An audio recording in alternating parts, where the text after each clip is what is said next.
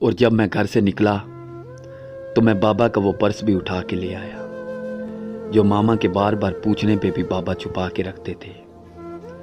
مجھے رہنا ہی نہیں اس گھر میں جب مجھے اچھی تعلیم نہیں دلا سکتے، نیا موٹر بائک نہیں لے کے دے سکتے یا نیا لیپ ٹاپ نہیں لے کے دے سکتے، تو کیوں مجھے انجینئرنگ کالج میں ایڈمیشن کروایا؟ آخر کیوں؟ اور جب میں بس سٹاپ پہ پہنچا تو ادھر سے پتہ چلا کہ بس آنے میں ابھی ٹائم ہے۔ میں بہت ہی غصے میں تھا۔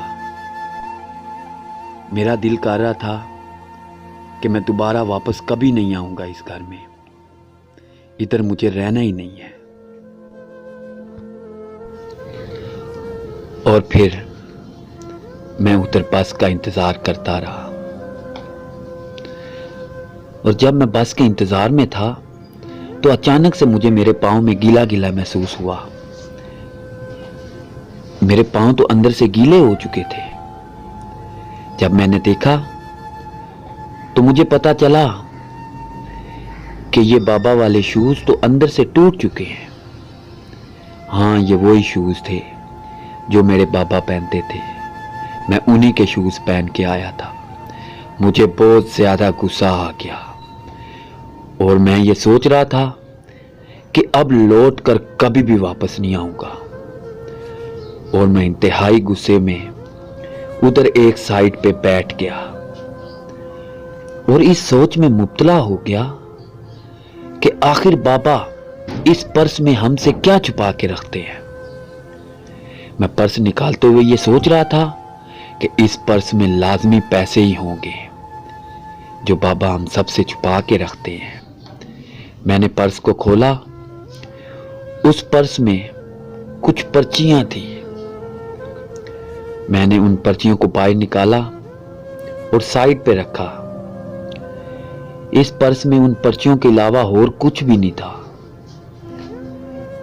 میں نے اس پرس کو اچھی طرح چیک کیا، اس میں صرف اور صرف یہی 3 پرچیاں تھیں، اور پھر میں نے سوچا کہ ان پرچیوں کو کھول کے تو دیکھتا ہوں کہ ان پرچیوں میں آخر ہے کیا۔ جب میں نے پہلی پرچی کھولی تو اس پہ لکھا تھا کہ پرانا موٹر سائیکل دیں اور نیا موٹر سائیکل لے جائیں۔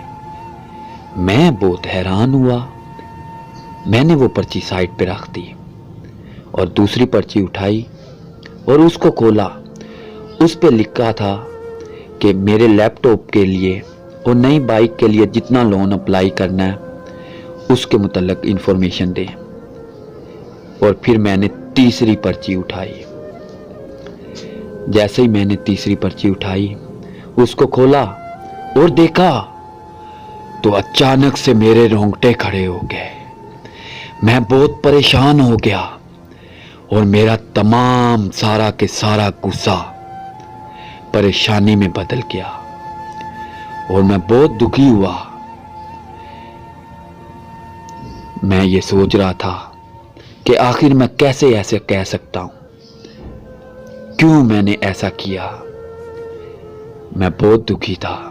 میں وہ پرچی بھی دیکھتا رہا اور اوپر بھی دیکھتا رہا اور سوچتا رہا کہ میں نے ایسا کیوں کیا۔ آخر اس پرچی میں ایسا کیا تھا جس نے مجھے یہ سوچنے پہ مجبور کر دیا۔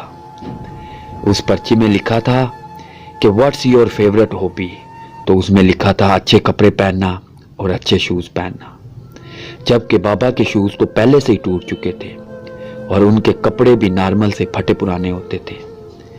اور پھر میں اس سوچ میں مبتلا ہو گیا کہ ماما بار بار بابا کو کہتی تھی کہ نئے شوز لے لو، لیکن بابا ہمیشہ یہ کہہ دیتے تھے کہ ابھی یہ شوز 5-6 منتھ لازمی چل جائیں گے۔